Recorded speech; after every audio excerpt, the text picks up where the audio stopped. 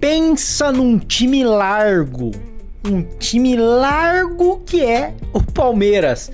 Só tem sorte no sorteio. O Palmeiras tá sempre tendo sorte no sorteio. Vou falar?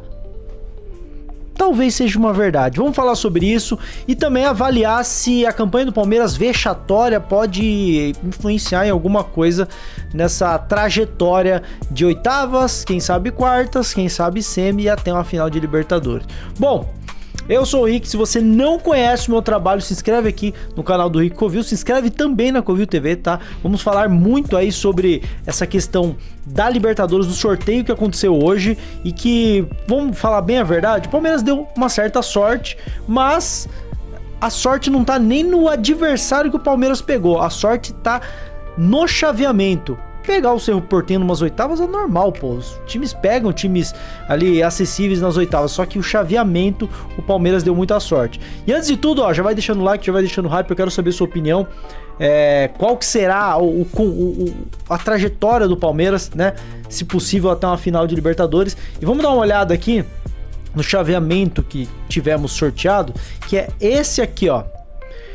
Universidade Católica enfrenta Estudiantes, Corinthians enfrenta o Rosário Central, Flamengo enfrenta o Cruzeiro, Independente Del Valle enfrenta o Tolima, LDU enfrenta o Mirassol, Cerro Porteño enfrenta o Palmeiras, Coquimbo Unido enfrenta o Platense, Rivadavia enfrenta o Fluminense. Eu falei ao contrário os times, mas eu tô falando quem decide em casa, né? O segundo time ali do confronto é o que decide em casa. Então, no caso Palmeiras e Cerro Porteño, o Palmeiras vai decidir fora de casa porque teve uma campanha pior.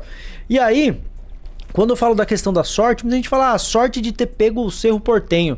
Não é nem essa questão, cara. Não é nem essa questão, porque o Palmeiras poderia ter pego o Coquimbo Unido, que estava entre os clubes ali no final, que seria fácil também, e ele estaria num lado da chave um pouco mais difícil, mas ainda acessível. O lado direito, Mirassol, LDU, Palmeiras, Cerro Porteño, Platense, Coquimbo Unido, Fluminense e Rivadavia, é o lado mais fraco da chave, pô. Se for comparar com o outro lado. O outro lado tá muito forte, pô. Corinthians, Cruzeiro e Flamengo é muito forte. É muito forte. O Rosário Central do Di Maria é muito forte. Estudiantes, ano passado fez uma boa campanha.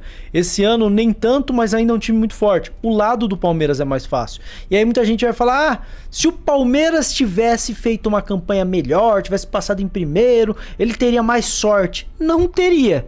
Só ia mudar uma coisa, que é decidir em casa. Porque no final das contas o Palmeiras ia inverter ali com o Cerro Porteño e ia estar no mesmo lugar.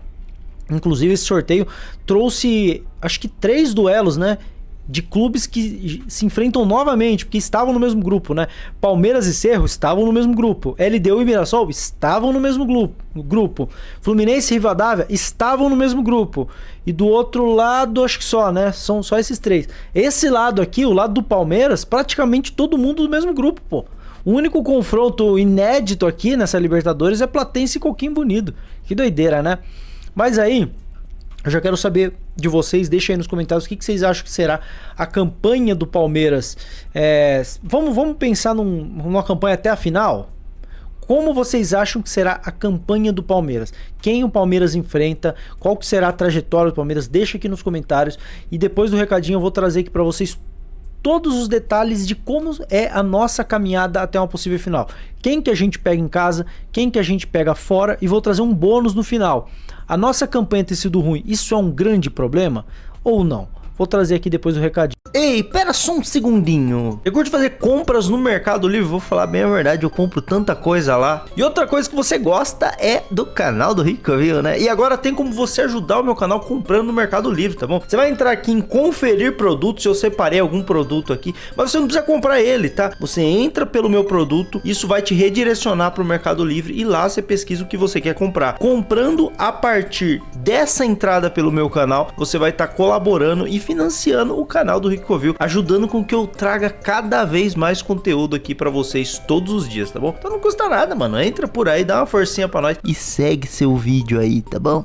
Ó, eu fiz essa arte aqui, ó, o caminho do Palmeiras até a final, só pra gente entender quando a gente decide fora, quando a gente decide em casa, quando a gente se passar, né, obviamente, né, tem importante o Palmeiras fazer seu papel, né. Oitavas de final, o Cerro Porteño decide fora, ponto final, tá decidido, a decisão será no Paraguai, então o Palmeiras joga a primeira no Nubank Park e a segunda a volta no Paraguai.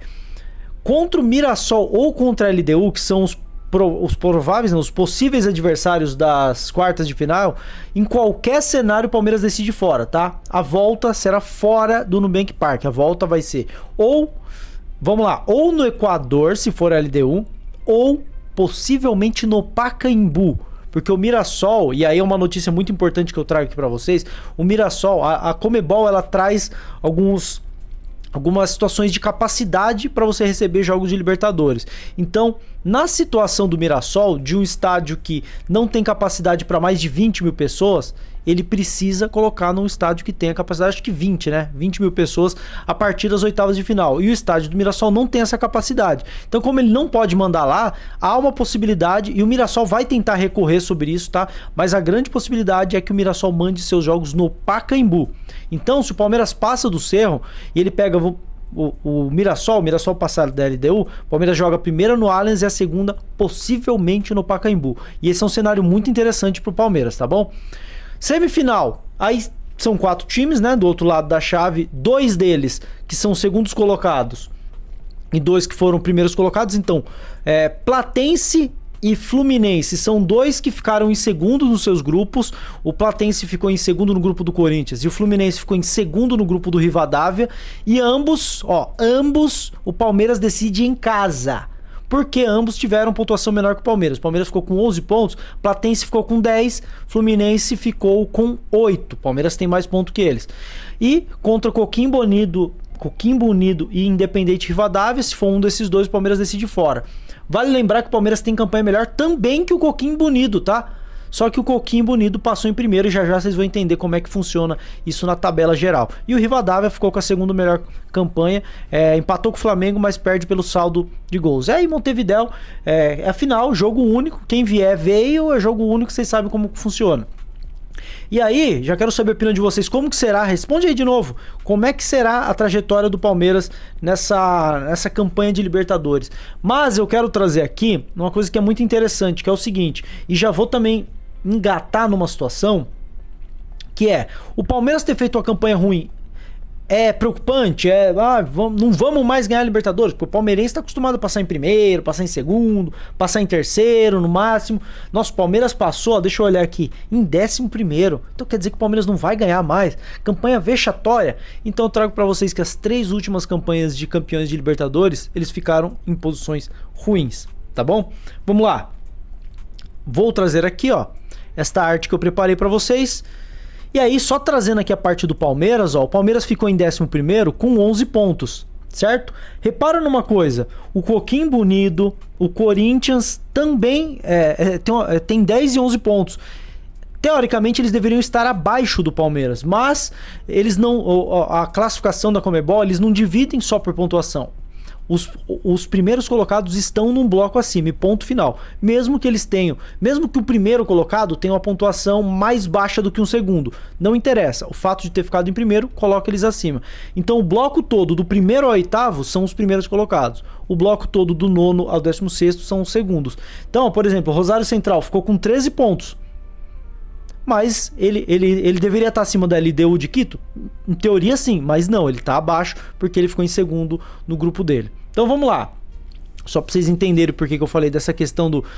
não é pra gente se desesperar, porque em 2023 o campeão foi o Fluminense, e olha onde o Fluminense ficou. Ele até passou em primeiro, mas ele passou com 10 pontos, tendo a pior campanha de um primeiro colocado daquela edição. A pior campanha de um primeiro colocado. Ele empatou em pontos com o River Plate, tá? Que ficou em 14º nesse ano. Ficou em 14º porque passou em segundo. Se o critério de desempate colocasse o River Plate na frente, ele teria ficado em 8º e o Fluminense teria ficado lá embaixo. Então o Fluminense passou com a pior campanha de um primeiro colocado e foi campeão.